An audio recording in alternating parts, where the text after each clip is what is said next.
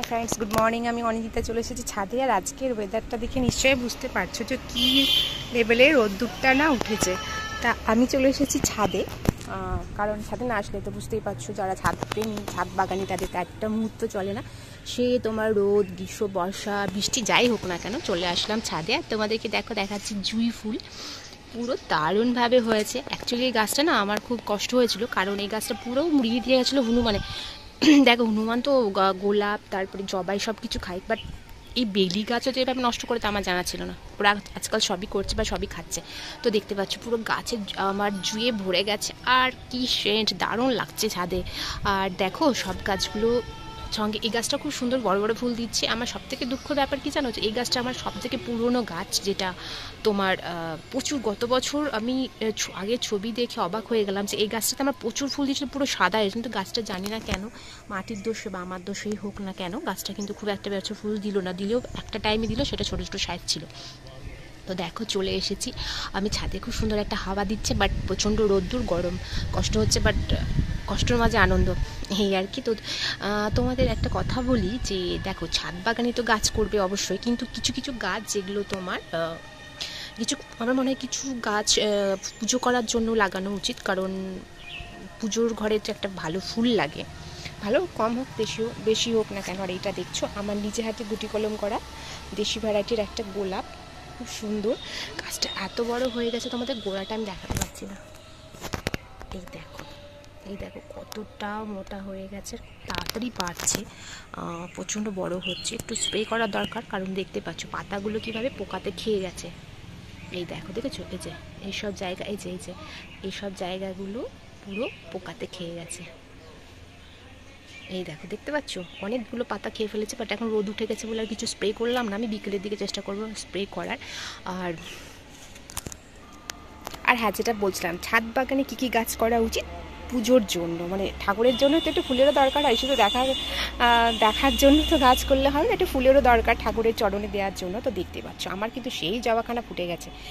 আর তার পাশে দেখতে পাচ্ছ যেটা আমার খুব ফেভারিট কালার, এই কালারটা সবারই, মেয়েদের বিশেষ করে পিঙ্ক, এই বেবি পিঙ্কটা ভীষণ ফেভারিট কালার।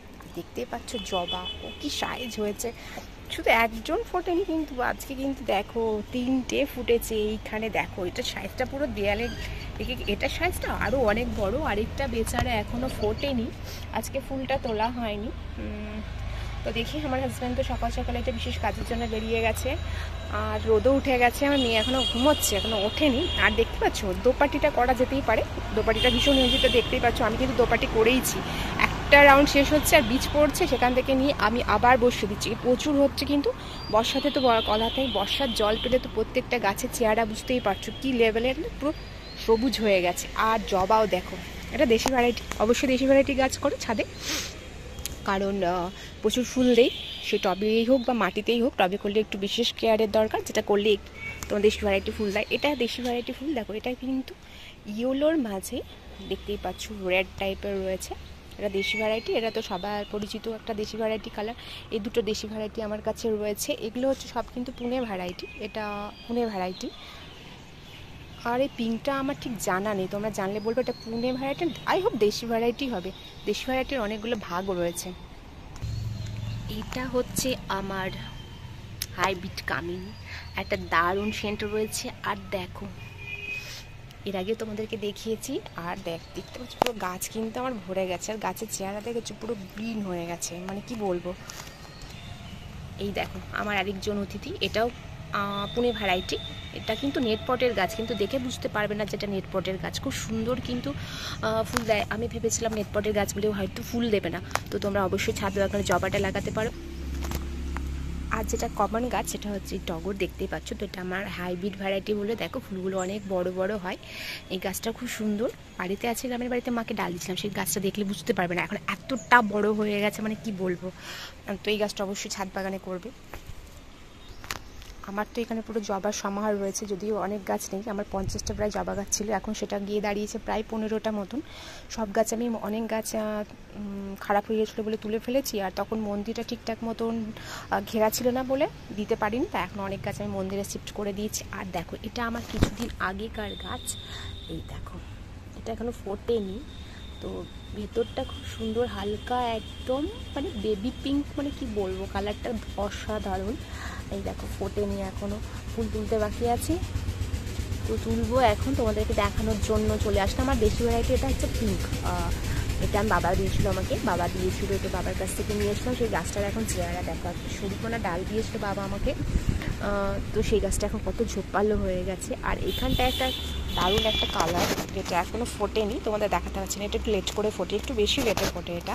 আর এখানেও জবা গাছ রয়েছে, তো তোমরা অবশ্যই ছাদ বাগানে জবা করো, জবাটা ভীষণ কাজে লাগে, হ্যাঁ, মানে মা কালী হোক বা আদার্স ঠাকুর হোক না কেন।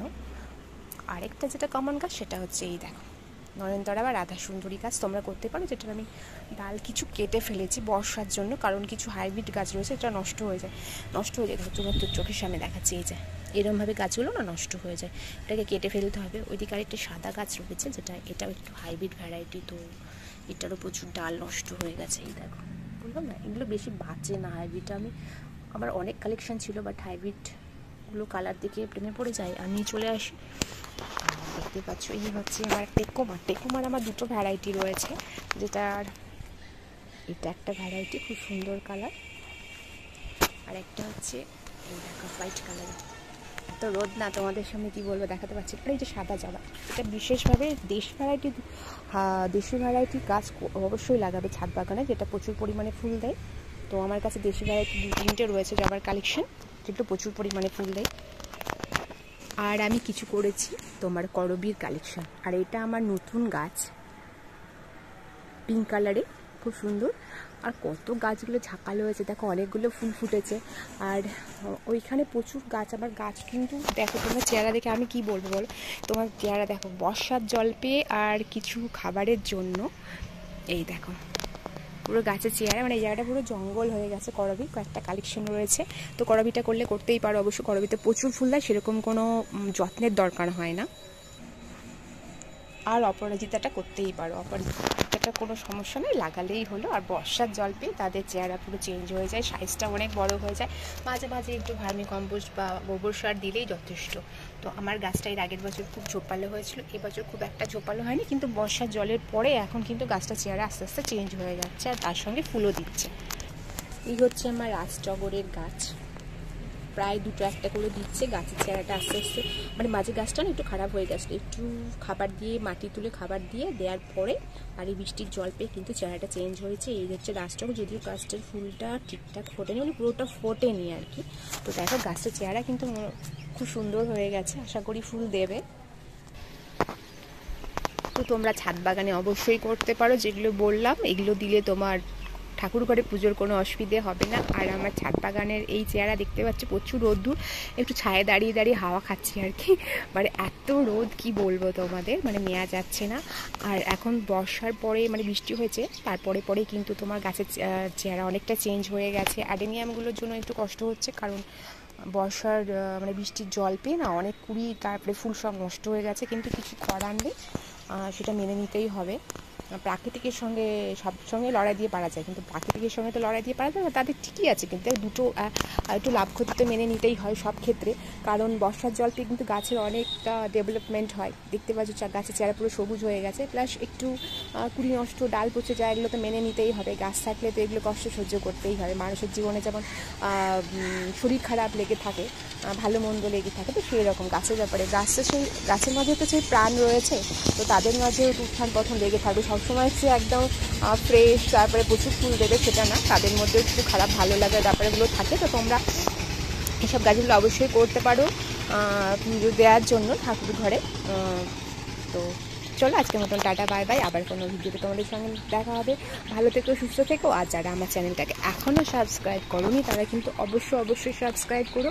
আর লাস্ট মোমেন্টে আমি তোমাদের দেখিয়ে দিচ্ছি, এই হচ্ছে আমার দেশি ভ্যারাইটি গোলাপটা, অসাধারণ একটা কালার আর মিষ্টি গন্ধ, তাতে মন একদম ভরে যায়। তো চলো টাটা, বাই বাই।